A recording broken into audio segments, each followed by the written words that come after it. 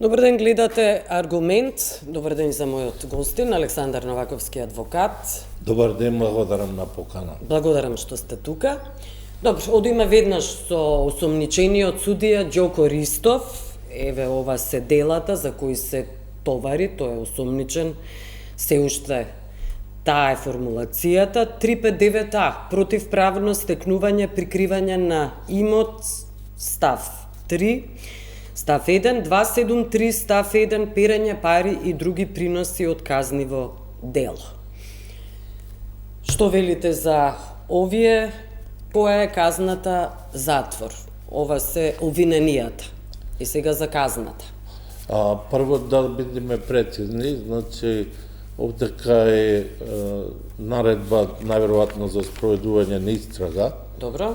И со кој се терети се осомничене за сторување на кривично дело, постои основано сомневање. Да.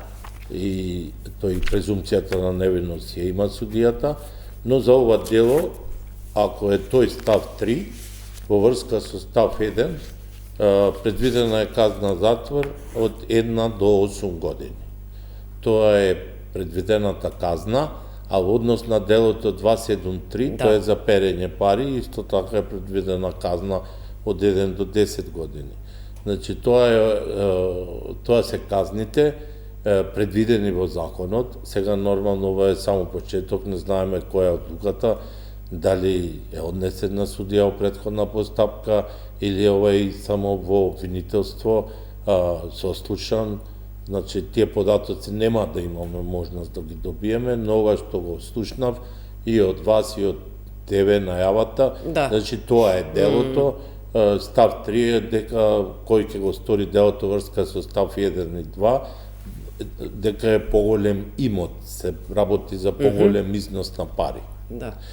И што е интересно, овдека сега не знам, мислам дека нема потреба ни имунитет да му се симнува. Но има барање за симнување на... Добро, тоа е моје мислење. Аха, нема потреба заради тоа што има кривично дело. Затоа што, како што гледам, ако е ова ставено како постојање основно сомневање за ова дело, тоа дело не е поврзано со дела кои се направени, да речеме, во текот на судската постапка, не знаеме, али ова ми личи дека е дело само за парите кои се пронајдени во домот.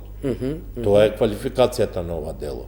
И тоа дело значи дека е затекнат во извршување на кривичното дело и дека за тоа нема над 5 години, ако е предвидена казна, нема судијата само него судијата од претходна постапка е должен и обвинителството да ги извести советот, кој во рок од 24 часа ќе го потврди тоа. Да. Добро, никој не беше изненаден кога го виде тој ѕид. Предпоставуваме дека таа снимка, таа слика е реална, дека е вистинита, дека не се работи за лажна слика. Никој не е изненаден, согласно, знаете како, судиите го имаат тој товар и црн печат, дека станува збор за корумпираност ни сите овие децении. И сега како е дојдена до таа снимка, доколку пак мораме да се оградиме дека е вистинита, предпоставуваме дека е вистинита, со пим мерки, со следење и инсталирање на камери. Тоа е предпоставката. Прво моје мислење, во неговиот дом. Прво моје мислење е дека ние не можеме да знаеме во оваа фаза дали има посебни истражни мерки, стварно. Во оваа фаза не можеме ни да ги коментираме тие одлуки. А како е дојдено до снимката и дали е веродостојна или е некоја од друг некој монтирано, тоа не можам да кажам. Не би верувал дека од истрагата ќе излезе таква снимка и ќе биде објавена. Но кај нас ништо не ме чуди. Јас погледнав сега по социјалните мрежи неколку снимки, некои беа со зајадлива содржина и така да не можеле да кажеме за автентичноста на снимката, ниту па некој објави дека таа е снимката. Мислам дека се тоа работи кои се шират низ социјалните мрежи. Најдобро во овој момент истрагата ја води обвинителството, и тие ги имаат доказите, ние само може да коментираме ова што го слушаме за делото, значи делото е по мене дека е затекнат во извршување на кривично дело. Се извинам, инфлагрантен не е при примање на мито. Не, ама Нова е доволно. Зато нема квалификација таква. Овдека во кривичниот законник, значи обвинителството цени и одговара за кое дело сякако ќе покрене пред истрага и кои докази ги има прибрано, кои треба во однос на ако се оди на судија во претходна постапка и се бараат, да речеме, кој што имаше најава притвор куќен, тоа е куќен притвор. Со тоа што се ограничуваат слободата, но е во куќен притвор, не е во ефективен притвор. Ако е така, предлогот е од обвинителство. Судијата од нашата пракса, ви кажувам, дека ако од обвинителството предлогот го прифаќа тој предлог, ако докато бранителите не го прифаќа, али од обвинителството го прифаќа. Сега, и со тоа, ако се одзема патна исправа, е јасно дека сметаат дека во овој момент е доволно мерката на предпазливост се као одземање патна исправа, дека е доволно за да се обезбеди присуството во понатамошниот тек на постапка. И куќниот притвор во пакет со куќниот притвор. И тој се врши надзор, се наоѓа дома, но се врши надзор, контрола од страна на надлежна, секојдневна. Тоа го прави планот заедно судијата претходна повеќе мавара, бидејќи ја преземаат одговорност. Добро, имаше зајадливи коментари околу барањето за куќен притвор од страна на обвинителот. Знаете како, ако во домот му биле најдени 350.000 евра, му даваат можност во домот да продолжи да ги крие останатите пари, би имало и во овој случај камери? Видите, значи, како правник, адвокат, јас сум сериозно против така лесно изрекување на ефективен притвор. Како што е во други случаи. Значи, ние имаме во последно време, морам да ви кажам, значи, изрекување на ефективни притвори скоро редовно, кај овие потешки кривични дела, и тоа е окей. Но потоа, укинувањето со гаранција не се прифаќа од советите во апелација и од кривичниот совет, тоа е загрижувачки, посебно во задниот период, и мислам дека тоа се дължи на овој страв, што ево се потврдува, сомнежите кои се ширеа во кулуарите судски и најповеќе во затворските кулуари, од страна на тие кои издржуваат мерки притвор, значи се потврдуваат и судиите најлесно им е да прифатат, да одбијат жалба, да не прифатат гаранција, за да не се створи сомнеж. Ова ќе биде многу сериозен тест за државава, за правосудниот систем, и јас најсериозно апелирам дека треба вистина судиите да веќе се надминат и да не подпаѓаат под притисоци во смисол сега ако одлучиме да некого ослободиме или куќен притвор замена од ефективен во куќен, да нека ќе се има сомнеж. Не, ако ви се чисти образот, ако не сте вовлечени во било какви активности, нема да имате страв да досудите и таков. Но овдека се случува вистина еден подолг период, нешто кој се вика страв, кој тој е добар во некој случај, во некојаш страдаат и луѓе кои се подолго време во ефективен притвор. Но да се вратиме на темата, значи куќен притвор со патна исправа, мисламе доволно мерка за обезбедување.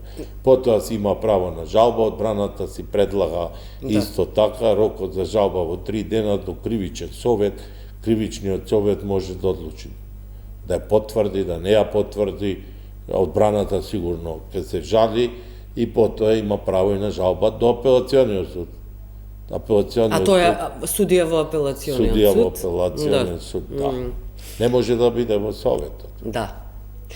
Вие сте против куќен притвор, но знаете... Не против куќен. Јас сум против ефективниот ако има услови за куќен или ако има услови за други мерки на предпазливост. Посебно ако се даде гаранција, ние имаме и од Судот за човекови права во Страсбург укажувања за тие гаранции, дека треба да им се даде приоритет на гаранциите кога ги понудуваат. Парични гаранции. Парични гаранции, може да биде и во недвижности. Да. Сега... Ама знаете како тоа беше моето прашање, извинете што ве прекинувам, но прашањето беше свесен сте колку од осомничените, не велам дека се криминалци, корумпирани, осомничени, побегнале од државава. Да. Токму заради тоа и се пресудува, се бара куќен притвор или ефективен притвор. Значи, јас кажав мое мислење. Така, ако е доволно обезбедено, така, прво, кога се одредува мерка, или, например, притвор ефективен, или куќен притвор, имате и други мерки на предпазливост, да не напушта живеалиште, да му забранат комуникации на секој осомничен. Да. Но се избегава веќе да се дава ефективен притвор ако се отпаднати основите веќе. Зборуваме дека има 3 основи за притвор. Тие веќе одамна и ги знае и јавноста, но може да ги повторите, се разбира. Не, мислам тие 3 се дека постои опасност од бегство и најповеќе на тоа се појавуваат дека може да влијае на осомничени сведоци или да го повтори делото. Сега, во случајот, например, кога се отпаднати и останат од бегството, на судите ќе им е полесно да одлучат. Видите, негде алките ги воведоа, например... Во Македонија, за жал, се уште не ги... Кој е проблемот? Не можам да разберам. Електронските алки, можевме Саркози да го видиме како... Па видите, ево ќе ви кажам сега.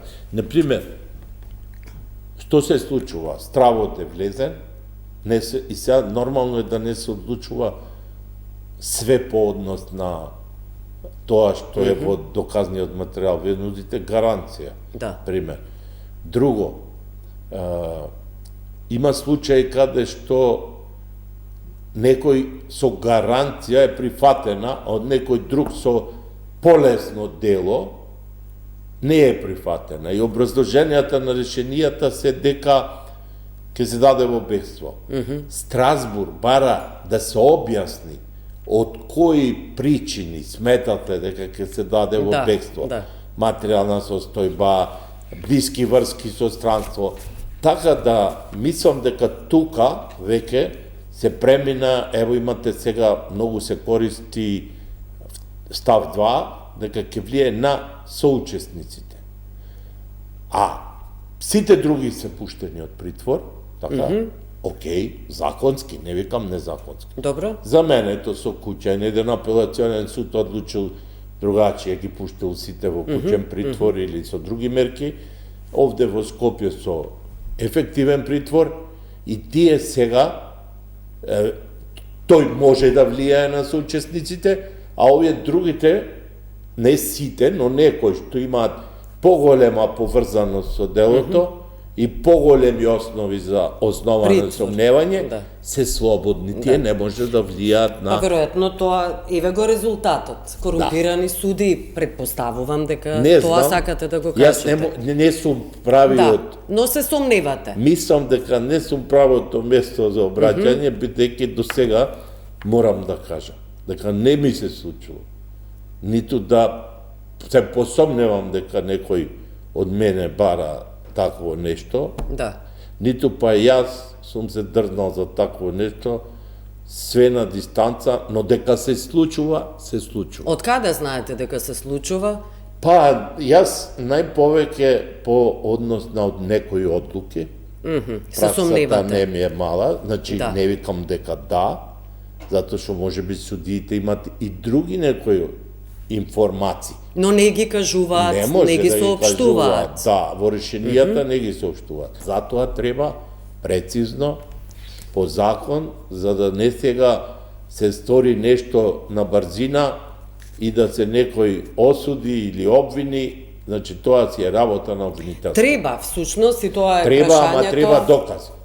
затоа треба испитување на потеклото на имот. Оние реформи кои требаше да ги направи власта, заради тоа што во незини раце се сите надлежни институции за спроведување на потеклото на имот, испитување на имотот, тоа се уште не се прави. Видите, значи во постоечкиот закон има можност да се реагира. Значи, постојат одредби од кои може да се повика, треба волја пред се, треба луѓе. Значи, да се провери може, затоа што, например, ево, ова е пример, стварно еден многу, за мене беше запрепастувачки, знаете, тоа сум го гледал во некои филмови, пример, ако е точно тоа. Значи, тоа не е мала сума, треба да си докаже можда законски е стекнал. Значи, сега доставиме на истрагата. Јас сум поборник, истрагата да си го каже своето. Но, дека има сумниви ситуации, многу, има. Дали тие сите ќе се испитаат или не, тоа не би можел да кажам, но отворено ќе ви кажам дека ние кои долго работиме, може би имаме и информации, може би имаме и сознанија, сомневања, како адвокати. И да ви кажам искрено, не може вака да се стави ред, ако не се земе обвинителството да исто така, кога ќе покрене таква постапка, било каква, не зборам за ова, да добро размисли со која квалификација ќе оди. Како квалификацијата е најбитна. Затоа што после ги става судиите на свршен чин, имало примерки, имало действија, работеле на истрага и ме продолжувале една година и после тоа, кога ќе дојдат на суд, тие докази не се доволни. Фала Богу, има многу честни судии кои се и едноставно се гледа дека не се согласуваат со тие докази. Но молчат. Проблемот е што молчат на ваковски. Некои не молчат, даваат и освободителни пресуди. Не молчат во јавноста. Па добро, тоа е судија. Тоа е проблемот. Видите, тоа судија македонскиот синдром. Не судијата. Затоа што ако е осудителна, камерите доаѓаат. Ако видат дека ќе оди ослободителна, нема никој на објавување. Не, молчат за состојбите во судството, особено судскиот совет е предмет на многу реакции. Судскиот совет е посебно прашање. Јас уште од самиот старт, нека ми извинат сите таму, а нема за што да се извинува. И јас сум бил функционер и знам како сум одговарал, како сум бил изложен на критика во јавноста. Значи, треба тоа да се го сватат, тие не се дојдени таму да се сликаат, да се тоа е многу сериозно. Да уживаат во привилегиите, но не во обврските и одговорностите. И во транспарентност. Тие ценат одлуки, пример на суд и на Врховен суд. Да. И сега да ставите вие во совет луѓе кои немале некои посебни квалификации, пример, за да може да оценат како бил работен предмет на суди 5-член совет од Врховен суд, ме разбирате дека треба да имате неверојатно искуство. Што велите не само правно. Добро.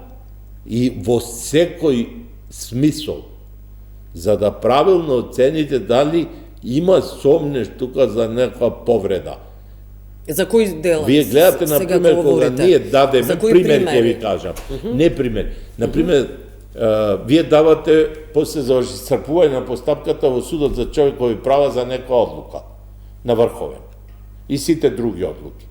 Колку време, како Страсбург прецизно ги разгледува, кога добијате вие од Страсбург, да прочитате, имате одлуки, ќе видите дека е анализирано од Да до Ш, за да ја донесат одлуката, да видат дали ќе продолжат со постапка, да не. Кај нас тоа советот, ево ние имавме сега случај, да речеме каде апелациониот суд, судот во Страсбург донесе одлука во корист на разрешениот од судски совет Ѓорѓе судија Рибарев од Штип. Тој беше судија на Врховен суд. Сакам да ви кажам дека не може советот да носи одлуки како што носеа. Значи сите одлуки кои им паднаја треба да ги загрижи, а тие уште си седат некои во удобните, лагодни, лагодно, да. Ајде околу новите членки, тоа ми беше прашањето, кои се предлог на председателката Силјановска. Има реакции?